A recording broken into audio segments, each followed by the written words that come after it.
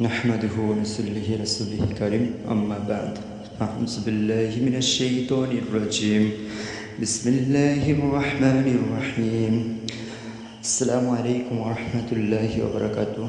প্রিয় ভিউয়ার্স, কেমন আছেন? মাহে রমাদানের শুভেচ্ছা। একটা বছর পরে মাহে রমাদান মাস আসে।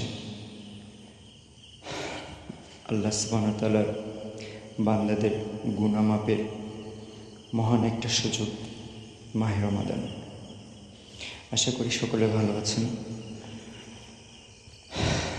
সকলের জন্য হেদায়েত, মাগফিরাত, সুস্থতা, শুভকামনা রেখে কিছু কথা শুরু করছি। আমরা আমাদের প্রিয় মানুষগুলোকে দেখার জন্য কতটা আগ্রহী থাকি। আমাদের প্রিয় মানুষ, দুনিয়ার একটা মানুষ, যদি মনে করেন আপনাকে একটা মানুষ অনেক টাকা পয়সা প্রতিদিন দিয়ে যাচ্ছে, প্রতিদিন অনেক আপনাকে খাবার দিয়ে যাচ্ছে, আপনার প্রিয় প্রিয় জিনিসগুলো আপনাকে দিয়ে যাচ্ছে, কিন্তু আপনার সাথে দেখা দেয় না, সে আপনাকে প্রিয় জিনিস, আপনার পছন্দনীয় জিনিস যা আপনি যখন চান তখনই আপনাকে দিয়ে যাচ্ছে, আপনি না চাইতে। তো আপনি সেই মানুষটাকে দেখার জন্য কতটা আগ্রহী হবেন? অবশ্যই সেই মানুষটাকে দেখার জন্য আপনি সব কিছু করতে রাজি আছেন। যদি বলা হয় সেই মানুষটাকে দেখার জন্য আপনি 7 সাগর 13 নদী পাড়ি দিয়ে যেতে হবে, তবু আপনি কি দেখার জন্য প্রস্তুত? তো একটা মানুষ, দুনিয়ার মানুষ, আপনি তাকে দেখার জন্য এতটা ব্যাকুল হয়ে থাকেন। আমি আপনাকে ভাই এমন একটা কথা বলতে যাচ্ছি,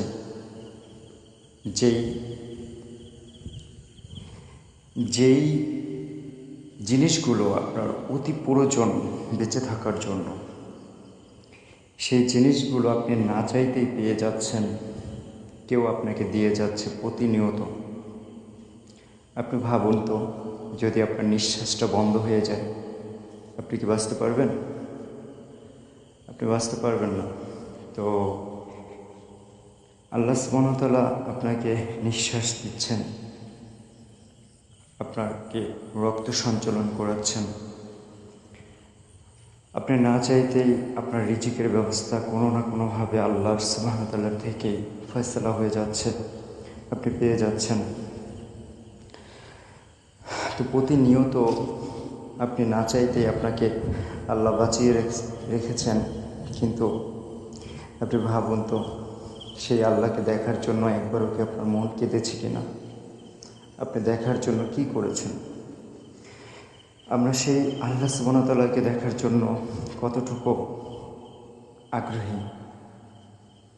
দেখুন ভাই, আমরা দুনিয়ার একটা মানুষ একটা মায়ায় জড়াইলে, একটা প্রিয় মানুষ হয়ে গেলে তাকে দেখার জন্য কত কিছুই করি, কিন্তু আল্লাহ সুবহানাহু ওয়া তাআলা আমাদের প্রতিনিয়ত ভালোবেসে যাচ্ছেন, প্রতিনিয়ত অসংখ্য নিয়ামত দিয়ে যাচ্ছেন না চাইতেই, যিনি আমাদেরকে বাঁচিয়ে রেখেছেন।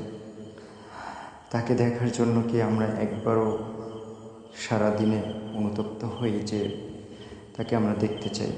হ্যাঁ প্রিয় ভাই, প্রিয় ভিউয়ার্স, আমি সেটাই বলতে চাচ্ছি যে আল্লাহ সুবহানাহু ওয়া তাআলাকে আপনি যদি দেখতে চান, তাহলে আপনার এই দুনিয়ার চোখ দিয়ে দেখতে পাবেন না, কিন্তু আপনি দেখতে পাবেন মৃত্যুর পরে। আল্লাহ সুবহানাহু ওয়া তাআলা আপনাকে জান্নাতে দেখা দেবেন। শুধু দেখাই দেবেন না, আল্লাহ সুবহানাহু ওয়া তাআলার 70,000 নূরের পর্দা উত্তোলন করে আল্লাহ সুবহানাহু ওয়া তাআলা সরাসরি জান্নাতীদের সামনে আদিষ্ট হবেন এবং সূরা আর রহমান তেলাওয়াত করবেন।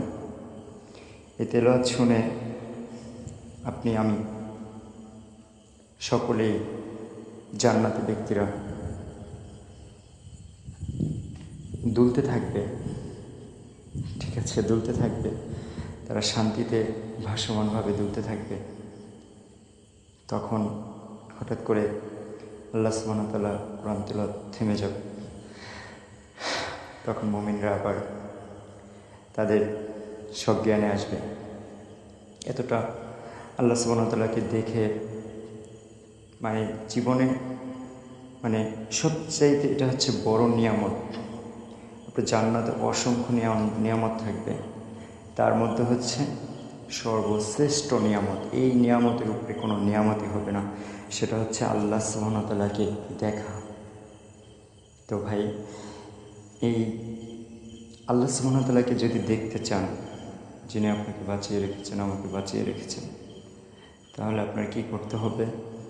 এই দুনিয়ার চোখ দিয়ে, আপনি দুনিয়ায় যতদিন বেঁচে আছেন, আপনার এই চক্ষু দিয়ে আপনি খারাপ পর্ণ ভিডিও, খারাপ দৃশ্য,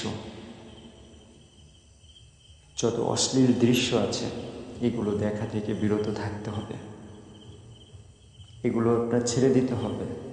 আজকে আপনি জেনেছেন, আমি জেনেছি, তো জানার পর থেকে এই অশ্লীল পর্ণ ভিডিও এবং অশ্লীল জিনিস দেখা থেকে আমাদের এই চোখ দুটোকে আল্লাহ সুবহানাহু ওয়া তাআলার জন্য পবিত্র রাখতে হবে।